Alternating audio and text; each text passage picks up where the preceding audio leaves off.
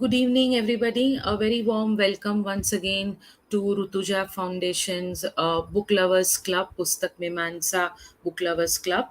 And we are here with session 12. And session 12 is going to be extremely interesting with an author who is somebody who is going to take you down the track to your childhood. So before I welcome her, let me share one small clipping with all of you, and you're really going to feel the vibes today.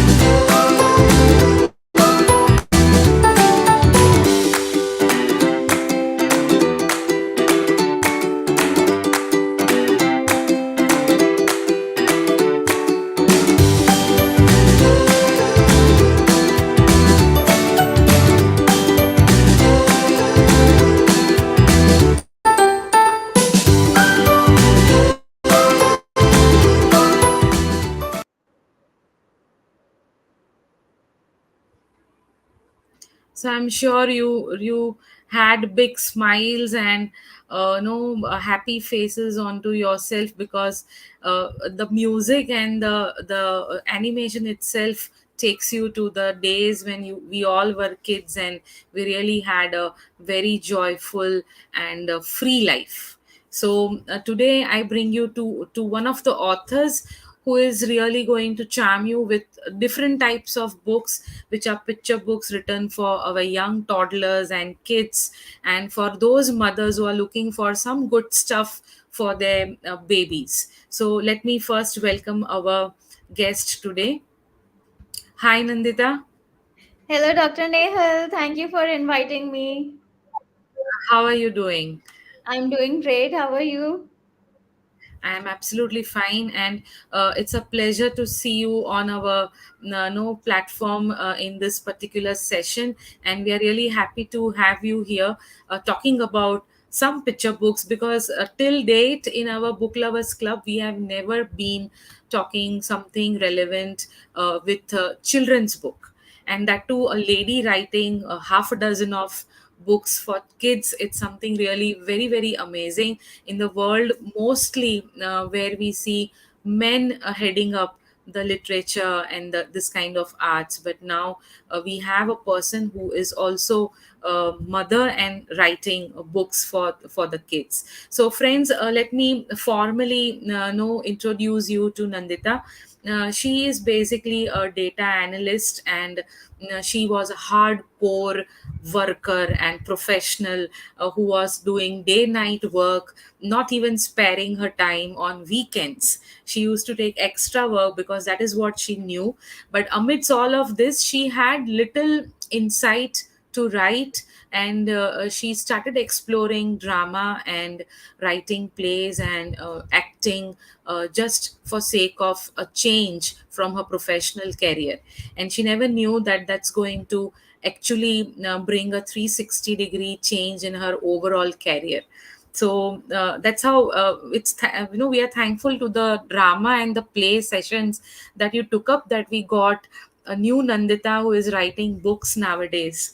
So wonderful to note that. And friends, life gives you a lot of good and bad milestones. So for a woman, the major milestone is always pregnancy. So during her pregnancy, she had been writing books for kids, and thanks to her beautiful children, that we have got more than 6 books from Nandita, authored herself, including the story, the cover page, and all kinds of different animation versions that she has given out. She is also in line to produce few more. She has already written that. So that is again amazing that she has been writing many stories and books for young kids from the age of 0 to 3, 8, 5, things like that. And today she is going to discuss her journey about how she changed from a data analyst, a hardcore professional, to a mother who got inspired to write books for kids. And then she doesn't stop there. Who is going to publish? It's Nandita who is going to publish the book. So everybody would be amazed to know that she has started her own self publishing book house also. And that is what is Big Beatles books.com all about. So she is now actually having her own publishing house wherein she writes books, publishes as well. So she's a stuff for all of those who are looking for a good publishing house.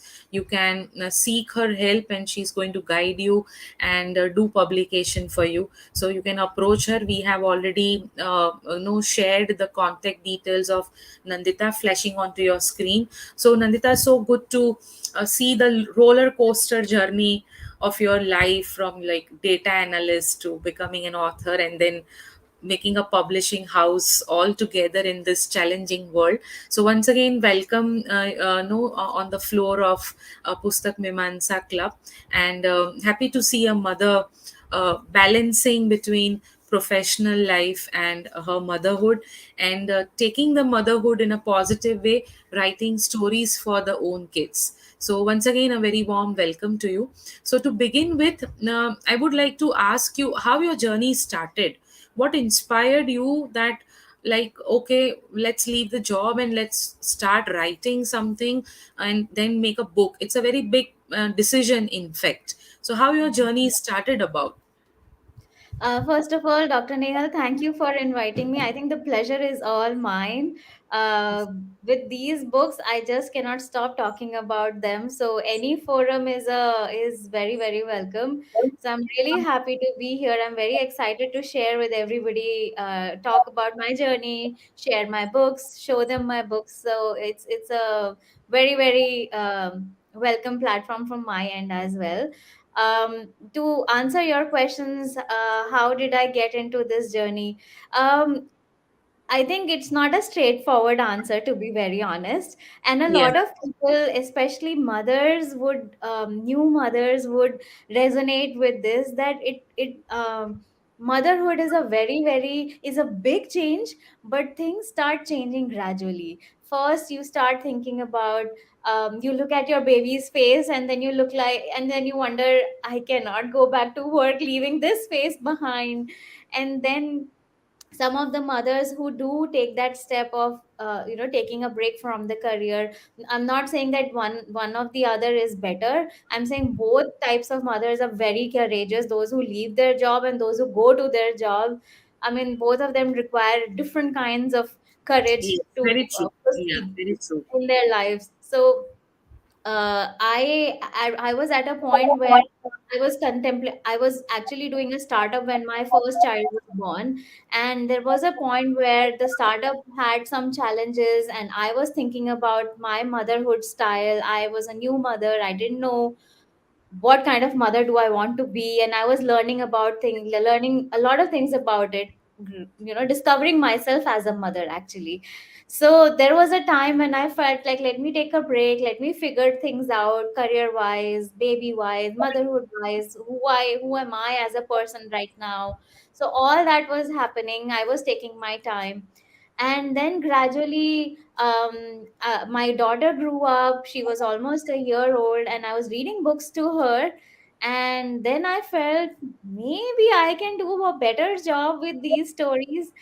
So that's when I thought that the idea came up. But I was also, contemplating that maybe it's time to go back to a full-time job. It's been enough time that I've spent, being with the baby. She's also 1 year old now. Let's see what happens.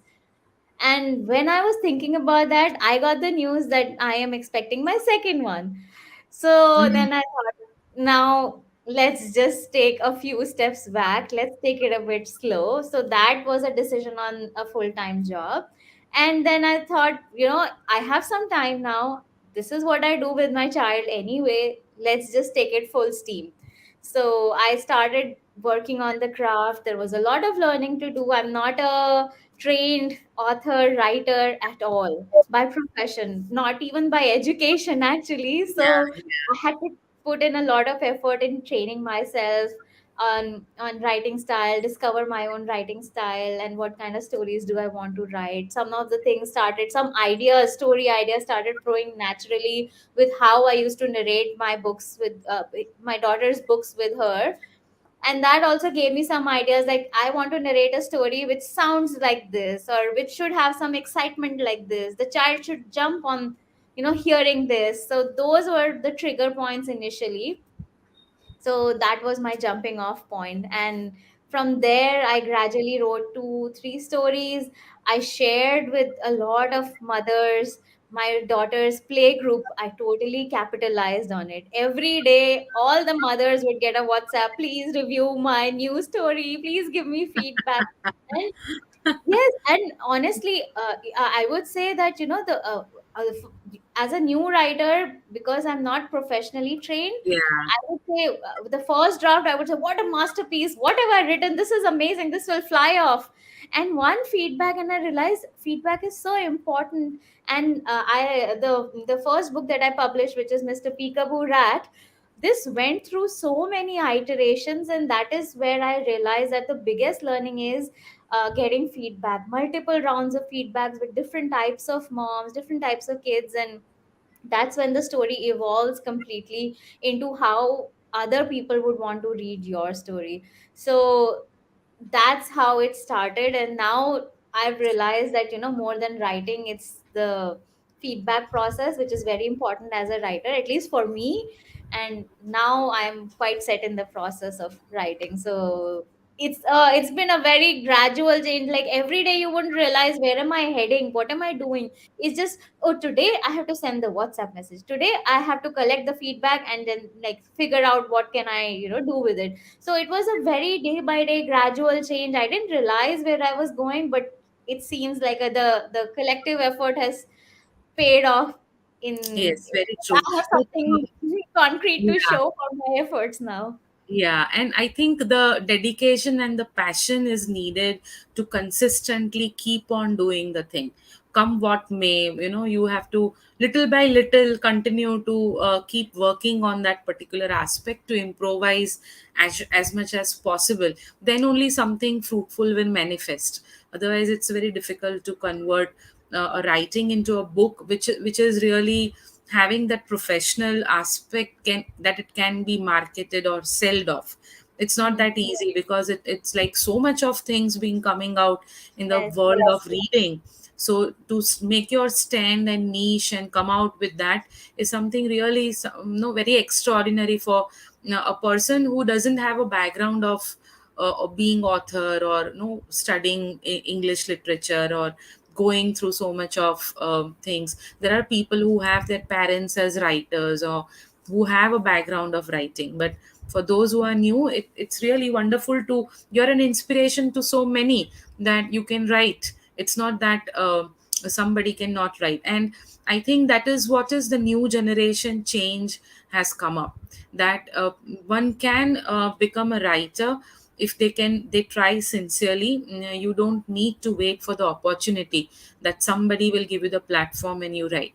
If you feel you're worthy enough, you do some good hard work, and if you're creative, you can write it down. So interesting to Absolutely. know, yeah, that you have gone through so many story writing. And I would like you to give some tips to the new people who are into the world of writing stories and all, because you have taken so much of feedback from number of people, and you also have your own experience with children, how they react to certain particular no way of delivering the story. So can you give a few tips for those who want to write novels or short stories or maybe children's stories or maybe some moral stories, that how they should actually come across the frame, where they should start from, and what points they should take care of when they are doing the writing? Mhm. Okay. I think it's an excellent question. The first and the foremost idea that I personally try to ensure every time I am writing something is that uh, one, the idea should be fantastic. You should love the idea. You should be really excited that, this will be a very, very interesting story. So first of all, that is a key thing. um it is not necessary that your idea may look like fantastic in the first go. What might also make it interesting is that there are various approaches to a particular idea. Okay, let's just say this photo frame right behind me, you want to write a story about this photo frame. Now this photo frame seems like a very mundane idea, very mundane daily object, right? You could approach it in different ways, maybe make this photo frame a character in itself. That is quite funny. I mean, that can lead to interesting plot lines, like, the photo frame is now a person. What would the photo frame feel like? What would it like to do? What are the problems in its life? रोज के क्या challenges हैं उसकी life में, क्या दिक्कत है? And I personally want to have a humorous flair. That is who I am as a person. I want to always narrate funny stories or have some element of humor. So I would think of situations where it's facing a problem, but still, there is certain level of humor in it. Okay. Yeah, Um, yeah. Other approach could be that, there could be a you can change the character to the child who is interacting with the photo frame. Now under what circumstances would that happen? Okay. So let's just say, a mistaken identity, that the child is small and the child thinks that this is a book, but it's a photo frame. So now it's trying to like find pages from the frame, but it's not happening. Then it's trying to figure out what is the right and the upside or the downside and the back and the front, etc. So uh, and there are other very very little things which are very that you'll see repeatedly in children's book. Like the age group that I write for are sounds. You need to make funny sounds. You need to Mhm. make short sentences which capture attention, because that's what I see from my child's, when I read to her. Can't read long sentences. You have to keep it very short, very powerful bursts of noise, of sounds. You have to make sense in few words. So even those can add to a level of entertainment on the most mundane objects or topics. So that's the core that I start from. The other thing that I ensure in when I'm writing a story is the kind of end that I want to drive towards, because that is very important. Where is your story ending sort of shapes the whole thing. So even before you start writing, you need to think of these two things, like the starting off point, which is a photo frame as a person, as an object the toddler is fiddling with, and where does it need to end. Does the toddler figure out something like, oh, this is what this is? So if that is the end, then you will have to, the arch of the story will develop like that. Or let's say the photo frame is a character and it's able to solve some problem finally, get, like, yes, now I am the most, like, now I am the frontmost frame in so many frames. Now I am at the right place. That was my problem, मैं पीछे छुप गया था कहीं पे, मुझे आगे जाना था. So now that problem has been solved. So that ending has to be imagined as well, to be able to make a great story. And then you start filling in the details in between. Problem hota ja raha hai, hota ja raha hai, hota ja raha hai. You're facing multiple problems, and then eventually you're able to solve it. The character is able to solve it. um, for me, the simplest structure that has always worked, at least in the initial stories, even the latest book, that is Buffalo Baby, even the latest book has got that three problem structure. Like, thrice the character fails and then some resolution happens. So in this book, the child is trying to befriend a buffalo.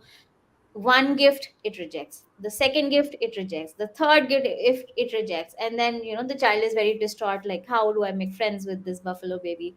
And then comes the resolution. So that gives you a very quick framework of thinking. So like in this example of the photo frame, if the photo frame is a character, once it tries to topple the other one off the table, but that doesn't work because the other frames are bigger and heavier, so failure. Then what it does is it tries to maybe flip in front and try to topple, the front ones, so that it comes in front. So there could be different ways in which the second attempt is there, and then the third attempt is there, which meets failure, and then finally the resolution comes in some other way. So that is, I think, in my experience, the easiest way to arrive to complete a story, with the beginning of your idea, the end in mind, and then the three failures could help you fill in the story quicker, and then gradually you can become more Yeah. sophisticated in your approach. Yeah, very very interesting to note this. So these are all good ideas for the beginners who want to write and maybe are struggling how to structure the whole of the story. So as you have talked about this buffalo story, let's show our viewers the small clipping of the buffalo story so that they have little more inquisitiveness towards this particular book. I'll just play that clip. Yes.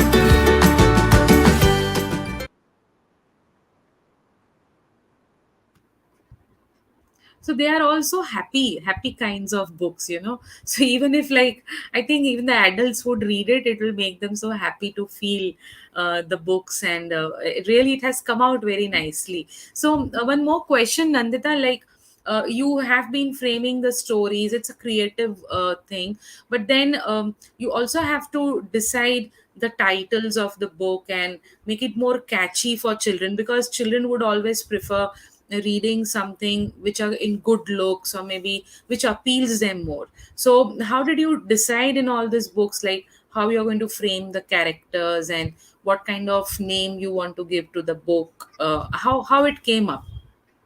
I think for me, mostly, to be very honest, mostly it was a very natural outcome of the writing process. Somewhere in between the writing process, I would figure out that this probably could be the right name for it. Um, once I think, uh, I was doing a beta reading with one of the child, I mean, parent child combination. And the mother sent me a video of the child reading through the book, or asking the mother to read the story again. And the way the child referred to the story was a suggestion on, oh, the child remembers the story by this name. So this would be the Mhm. ideal name because that's what it remembers. So, this book, for example, this book is called Clippity Clops Hop. This book is about a rocking horse that goes around the world, and tries to figure out how other people are. It's bored of its walk, because it can only do clippity clop, but it wants to go around the world and meet other animals and see how they do their hop. So I think I hadn't finalized the name of this book. But when I heard that the child was asking, Mama, clip clop look, clip clop book. So then I figured that that clip clop has to come in the title of the book, because it's a very, what do you say, tongue twister. It's a funny sound, clippity clop. So it's a nice combination, and the child remembers it. Funnily, a less than 2 year old kid remembered clip clop.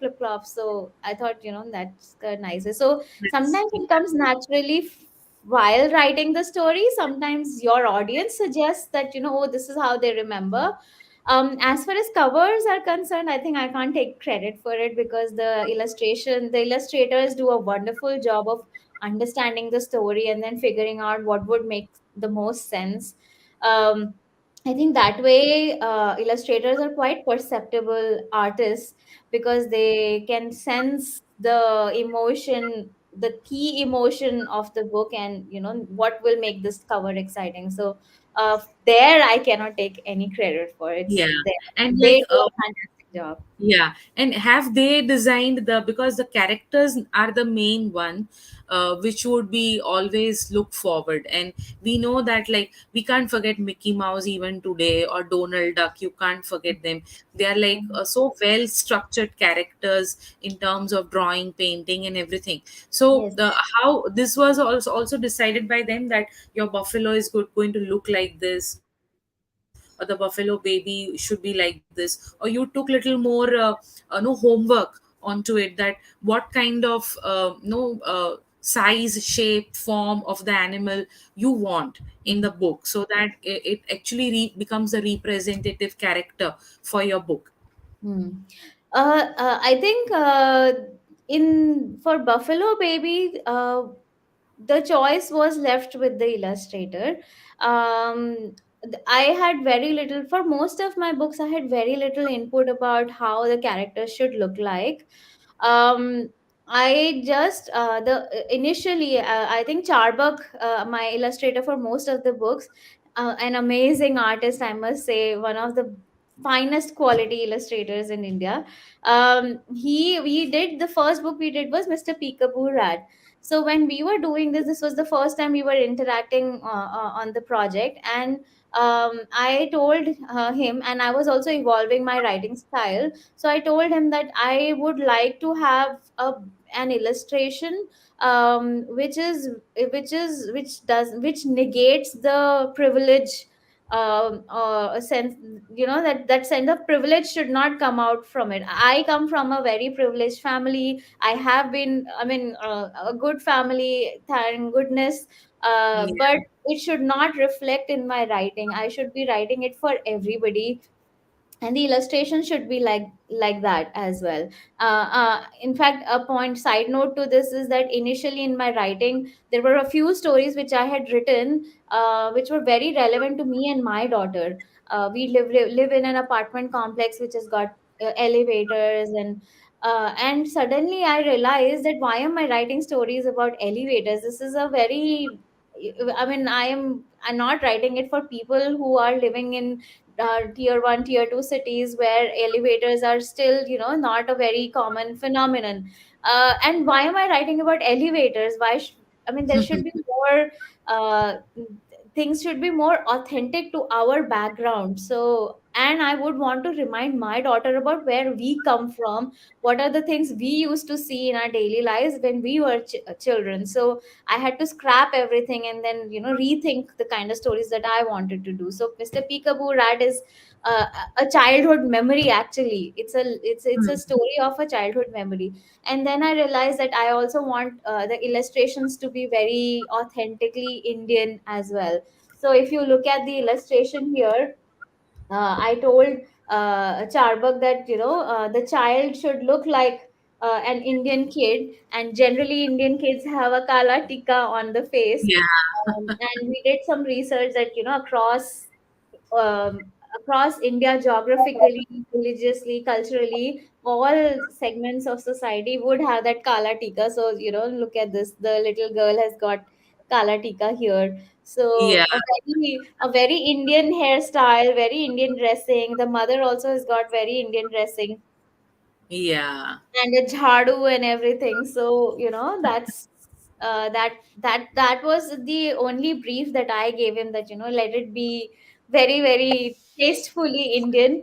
Other than that, it was his imagination that he brought to life. In Buffalo Baby, we were continuing. So this character I have continued with my illustrator Charbak. We call her Lali. Now, even Lali, the name, Is I have very Indian. Yeah. very Indian name. I have to give credit to my husband. Actually, we were discussing, what could be a good name, because initially we started naming the character by my daughter's name, and then we realized, again, it doesn't sound like everybody would be able to connect to it. It's dear to us, but it may not be dear to everybody. So now, Lali was something that culturally comes from our background. Lali is a generic word for any little girl whose name we do not know, like Gudiya. Gudiya Yeah. is a name, right? In at least in Hindi speaking parts, Gudiya is something that, we call any girl, little girl whose name we do Yeah. not know. Similarly, Lali is the name given, like in the villages, people say lali or lala for a boy. You know, whose lala is this? Like whose boy, whose Yeah. child is this? So that's the name we stuck with, which is lali for the little girl, and lala, which is coming up in other books. There is a boy character, so then lala is coming in as the boy's name. So that's what I told him, and we have used lali in other books as well. So this is ui, which is ouchie ouchie is Hindi version, and we have continued with lali here.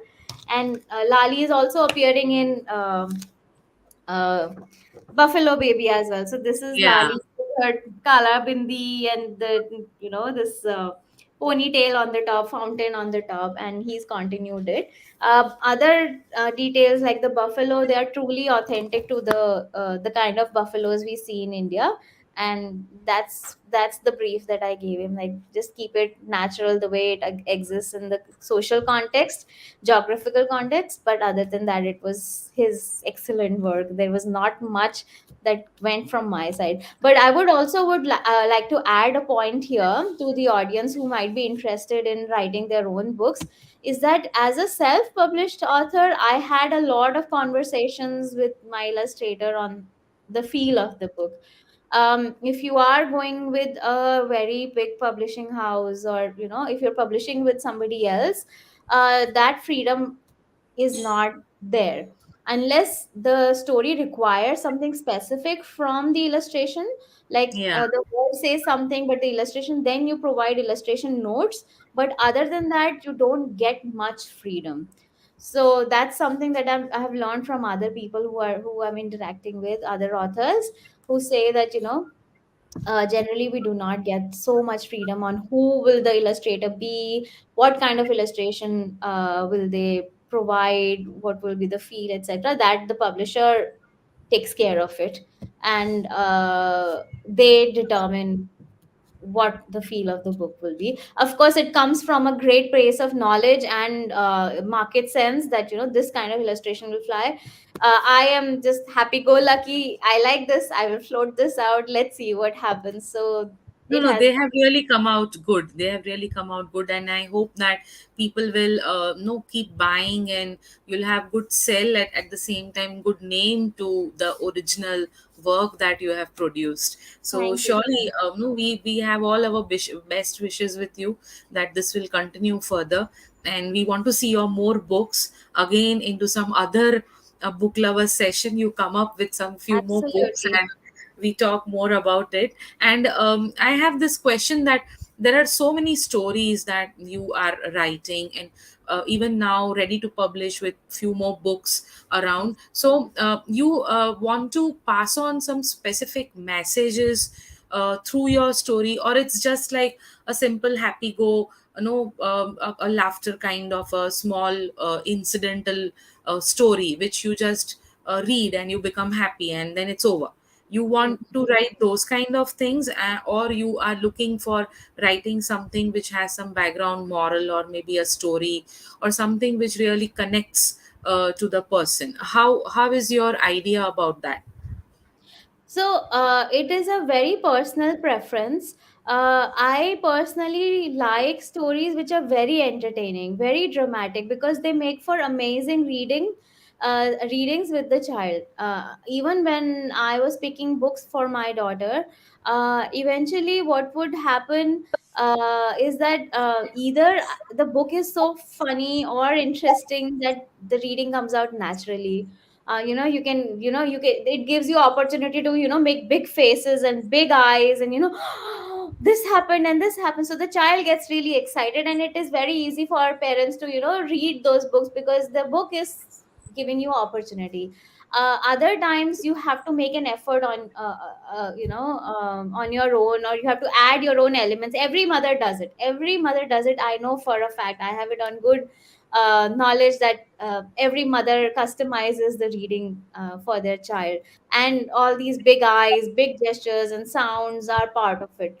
So I wanted to write stories that make it very easy for mothers to run these stories. You know, the element of surprise and noises, etc., they all come very naturally it doesn't take too much effort to read this. And I wanted to write simple stories so that the mother remembers it. You don't even need to hold the book at night. You just want to switch off the light and cuddle your child and just narrate the story again. You can still do it. So daytime you can read it with the book, in the nighttime you can still do the story. You remember it in the full emotion and effect, and you can still do that story at nighttime. So I wanted to keep them simple. Now, coming to moral, I think I personally didn't have an inclination towards moral story. I don't prefer, that the moral should be there. But what I realize that even when I'm writing them, there is a moral. There is always something to Yeah, any story. So let's say in Peekaboo Rat, the message eventually came out, was kindness to animals. The way Char and surprisingly, I'll tell you, a customer bought the book. They sent me the video when they were opening the book and reading it to their child, and the mother was reading. While the mother was reading the book, it's also on my Instagram page, I think. Um, I figured something that the mother has converted this book into a book about emotional intelligence for the child. So the I really noticed later on that Charbak has done an amazing job with the illustration, that every time mother has got a different expression. Sometimes she's surprised, and then she's she's very keen on catching the rat, and then she's angry, oh, like the rat ran away. And then she's really really angry, and then she's exhausted, and then she's very very furious. See, you can see the faces. So she converted this book into a book about emotions, and she was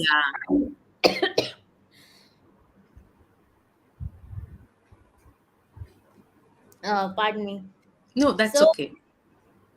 she completely turned the story around, and she started reading them as a book of emotions. And I was surprised to see how mothers are um, ingenious about storytelling, and making the most out of a story. So I don't intend to write them the way as moral stories, but there is always something in them about the character. There is a good story is always about an evolution of a character. There has to be a problem that is overcome. That makes a good story fundamentally, whether it's a story, it's a children's book story, it's a novel, it's a movie, anything. And when that happens, there is always something to learn about. So Yes, I that's don't start. really true. Yes, so I don't start as a moral story. It's not my personal preference. I want to write stories which are high, or very, very high on entertainment and drama. I like big faces, big gestures, big funny noises, and that's what I want to put in the books. So uh, that's my attempt. But yes, there are always things to learn But from a I story. think this is very relatable for the young toddlers because they need to learn how to express. And I think this is the way they understand different expressions and emotions also. Because then, how do they understand that how surprise would look like, or anger would look like, or Yes, what do you mean by happiness, or what do you mean by something which is no very much exciting, or something which absolutely. brings curiosity. So I think that Right, that generates through your story. So in a way, even if it's not conveying some value, it actually adds a lot to the child's growth, which is why we share stories and tell stories to them to start right. having this their surrounding. And as you have included a lot of Indian culture and the natural aspects of the culture and the surrounding and the animals into the books, they also would see that is what which is no present in the reality is in the book. So the buffalo looks the way it looks into his or her storybook.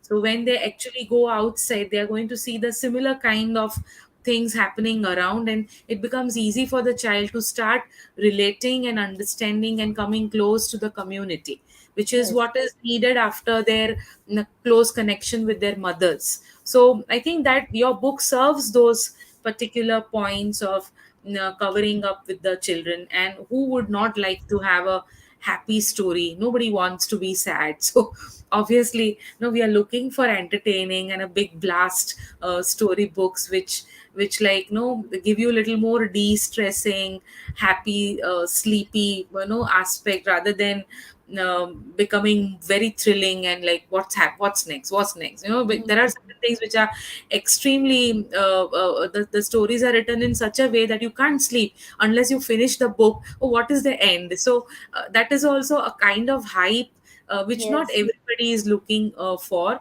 but something which Yes. is very pleasant, simple, and leads to a smiley, happy sleep at night. I Yes. think that Yes. is what the purpose has been served with your book. So you have reached that particular goal, and anything which can really touch the heart and make you smile. I think that is more than enough to give the moral. We don't need every time something to be labeled. Mm. This is itself is quite sufficient enough to work with. So wonderful to note. So let me show the audience one more clipping of your another book. Let's make them again smile with your yet another book. So let me play that. I think I can play that ouch wala book. I think Yes. that would really be adding a charm to their this episode.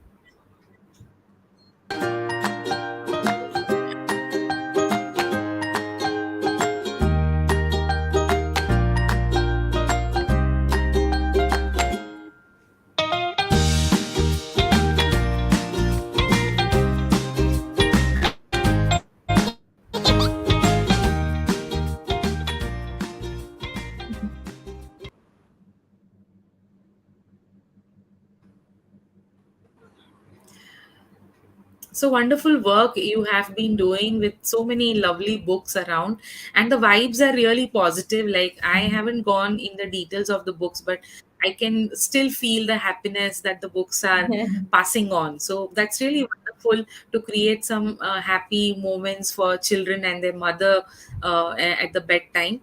Plus, to go with, it's always easy to write and maybe share it with public, but it's very difficult to get it published. It's a whole lot of another challenge to complete. So what made you realize that let's not approach a lot of people for publication, but come down to our own publishing house? Because it's a very big decision to start a complete new venture, especially when you don't have any kind of background or support, and you yourself are authoring the books. So it's like too much work, no, becoming an author of so many books at the same time, also getting printing and getting them e-stuff done and completing the technical aspects. So what made you become a part of a self-publishing house?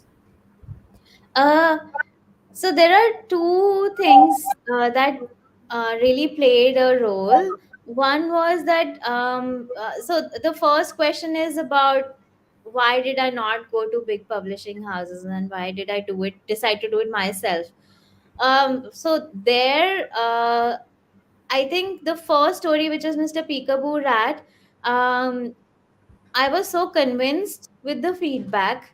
I took so many rounds of feedback with mothers. I iterated, and eventually, when there was nothing more that I could do in the story, and at the same time, the feedback was consistently good. I was quite convinced that this is a story that I want to write. The story is final now. Hmm. That's when I figured that, and I also did some research about what the process is with big publishing houses. And I realized that I have enough conviction in my story to print it myself, than to wait for the big publishing houses, because um, they have a huge turnaround time for processing a Yeah. book, getting the manuscript. And sometimes, and I felt that the process of getting to a publishing house is also quite long and convoluted.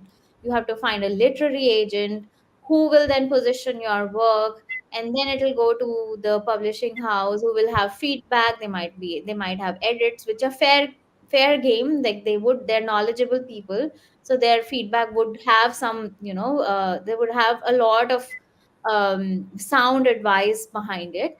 But the process is quite time consuming, and then it would take to public printing and then marketing, etc. I did a lot of research to figure out what it would take if I went through that route. And I felt that, there is eventually, whether you choose approach A or approach B, there is a lot of time and effort, and there is a lot of investment in both the sides. Let me figure out which one is more comfortable to my my enthusiasm, my determination, what would keep my encouragement alive in this whole journey. I had a few ideas. I just didn't want to stop at one book. I wanted to write more. And if I went through the route of traditional publishing, then the wait time, the long processing time would really not encourage me to write Yeah. more. So I thought, I have enough conviction in my first story. I am going to do it myself. Let's see what happens. And that was the jumping off point.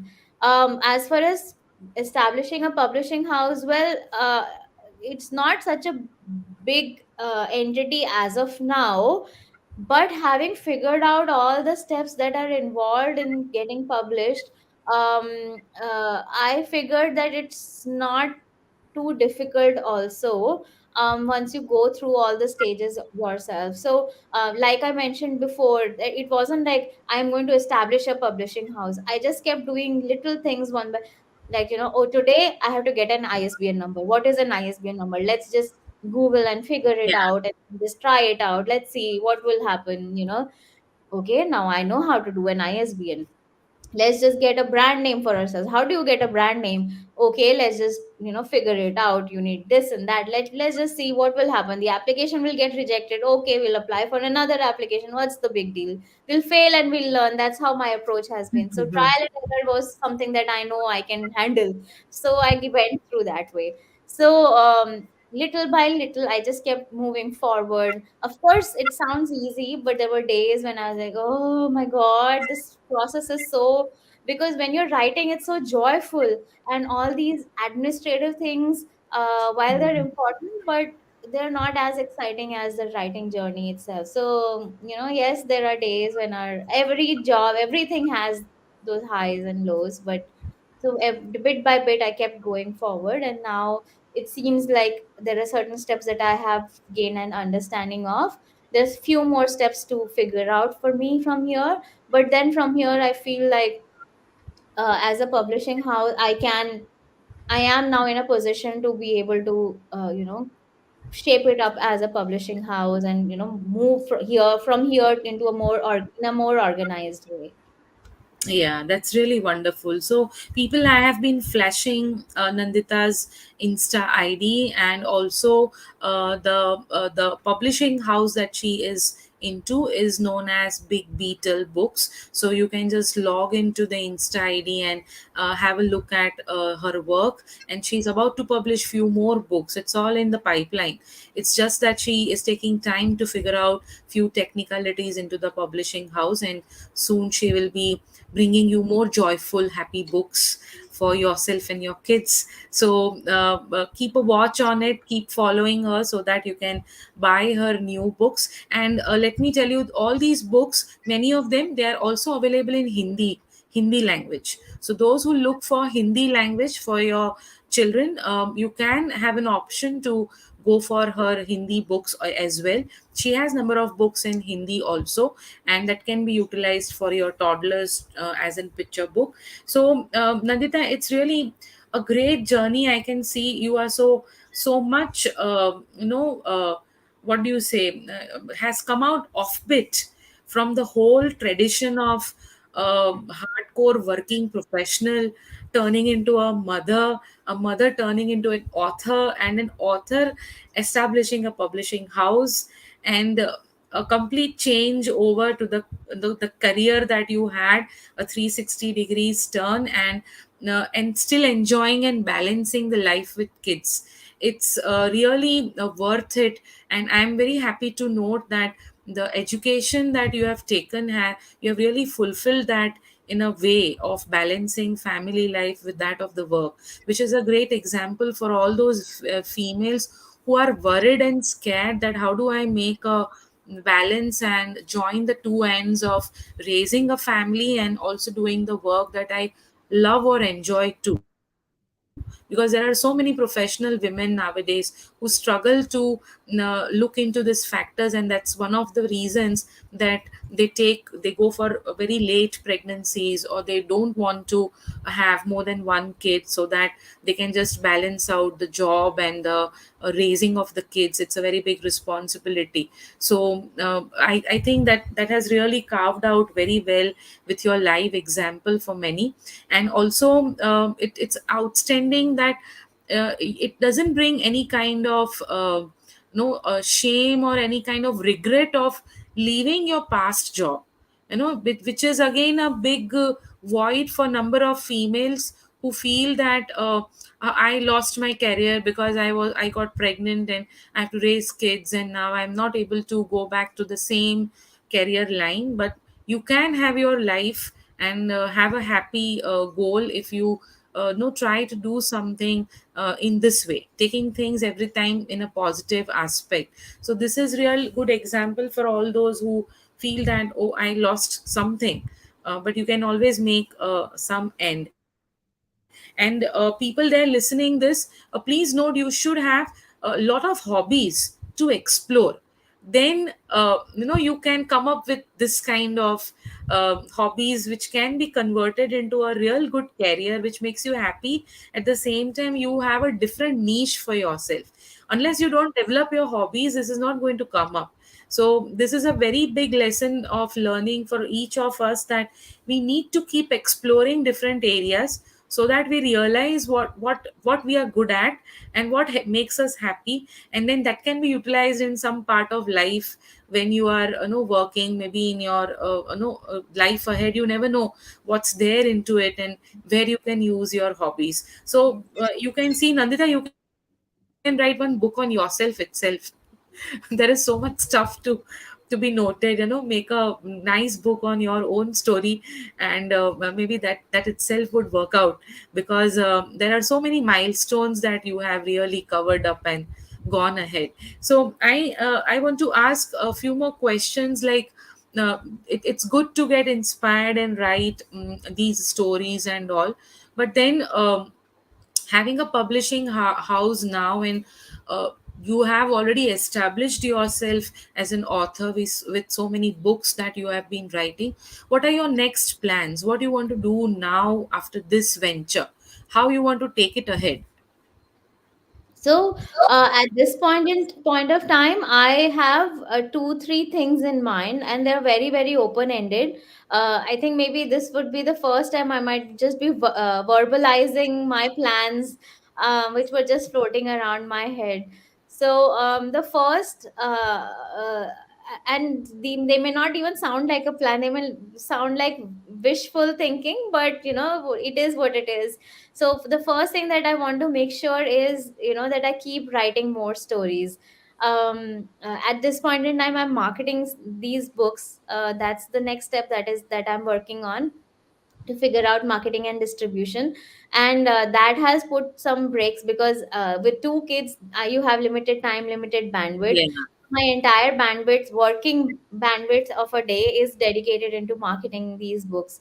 So that's what I'm figuring out, and that has led to a pause on my writing. So whatever is in the pipeline is the only thing that is written. Rest of the things I have to start fresh, ideate, and so that's something that I want to get back to as soon as this cycle is over. That's number one priority for me personally, because I remember, I for me, writing a story is the most joyful part of the whole thing. So if I'm not doing that, then at some point in time, my motivation might just go down in the whole process. So I need to keep that spark alive by just writing more stories, and it's more fun. It's nice. Yes, You're always surely. in your head and imagining, so it's a fun experience anyway. So I want to go back to that, first of all. Second, I want to make sure that the marketing side is taken care of. I have a good understanding of how the marketing works, how do you generate sales, how do you create buzz, and that is the most important learning as an author, as a publisher, because as you have said at the beginning of the session, there are so many books in the world. Everybody has a take, and everybody has a voice that needs a medium for expression. And there's a lot of good work out there. What is needed is the discovery of this work, and marketing just does that. Good books that receive good marketing do well. It's not that other books are not good, it's just that some books that are doing well have received good marketing, they have reached more eyes and ears. And that's what it is. It's the reality of the business. So from a commercial and business point of view, I need to figure that out, I need to crack it. So that's the second priority. And the third priority then is to have that sense of conviction plus knowledge that helps me put other people's work into my publishing houses, under my publishing houses umbrella.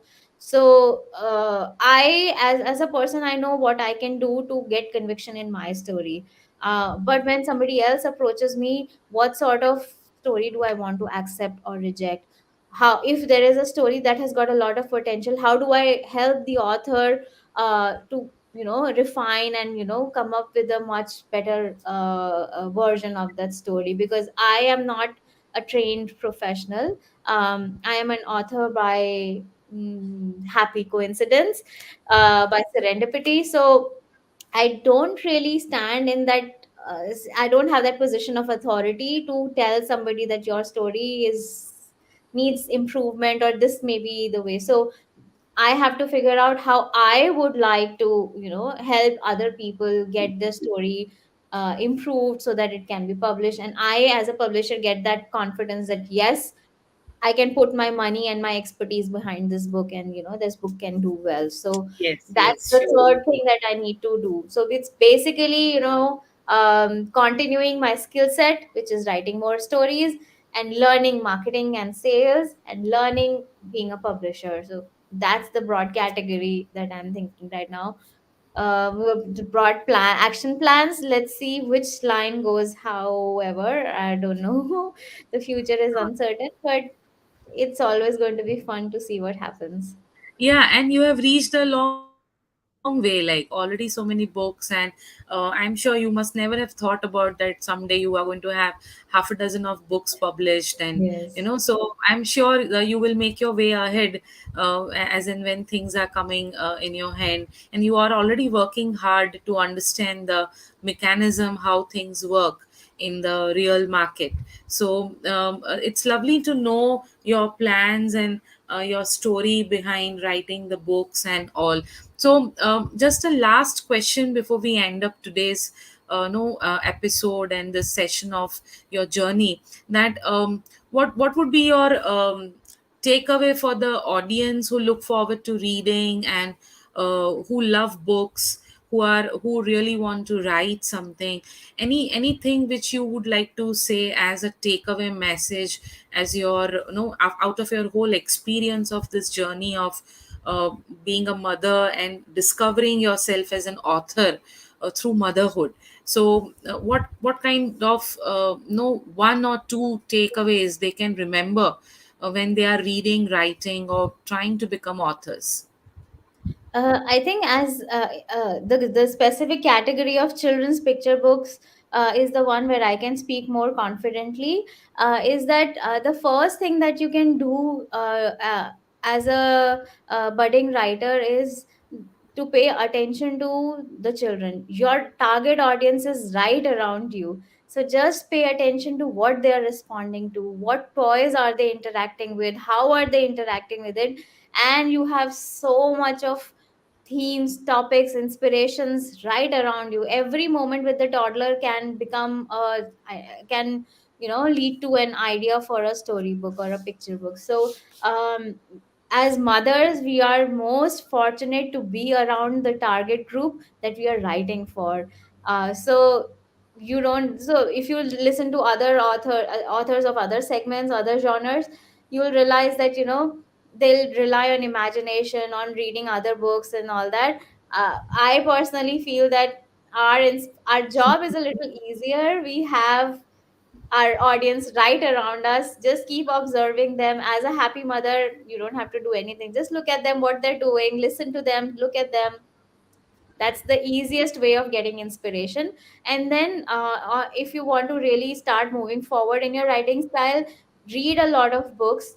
As an adult, not as a mother, but as an adult, just read a lot of books and see what kind of style resonates with you, and then reread it multiple times to figure out what is it that is working, and see if, how is your writing working in comparison to that. I'm not saying that you follow some particular author. I'm just saying that reading it multiple times gives you an analysis of what's working and what is it that you are liking with so much in it, and that might just help you further your process of writing. So these are the two key points that I can suggest. If you are willing to write a story yourself, um, being close to the child, observing them, also brings out the heart and soul in the story. That it feels authentic, it feels really warm and endearing when it comes from that kind of an inspiration. So, and it will stand out. That story will really stand out when it comes from that source of inspiration. So just keep looking at the kids, just see how they're doing, and also, read a lot more books to figure out how they are Yes. written. You may not necessarily follow it, but it will help. Yeah, so very important no takeaways from today's session. Nobody can be a good writer unless you have read yourself a lot. So that's very important for any writer to be aware about know how and what they are reading, the stuff around. And in whatever version you are producing the book, if you don't have that real content, it's not going to work. So the real content is to be presented in the right way. And in case of children, it's easy to gain the experience and then produce it. So I think that's the reason maybe the books have come out with such a happy and lively vibes. All the book pictures and everything that you have it, they really make everybody smile. The intention has really come out very clearly out of the book. So so nice to talk to you, Nandita. And on behalf of our foundation, we really wish you a very good luck for your all future ventures. And we would be happy enough to share your more book launches onto our book lover clubs in the future. So feel free to connect to us once again whenever you are ready with some more wonderful happy books in your publishing house, and we'll welcome you again onto another episode just like this, and would like to see what you have written more for the public. So on that note, thank you so much for being here and sparing the time. Have a good day, and we wish you once again a very good luck for your future. Thank you so Thank you, much. Dr. Neha. It has been a pleasure being here, and I promise you I will be back. Yeah, surely, surely. So see you soon. Good night. Good Bye. night. Good night, everyone. Thank you for being here. Bye. Bye.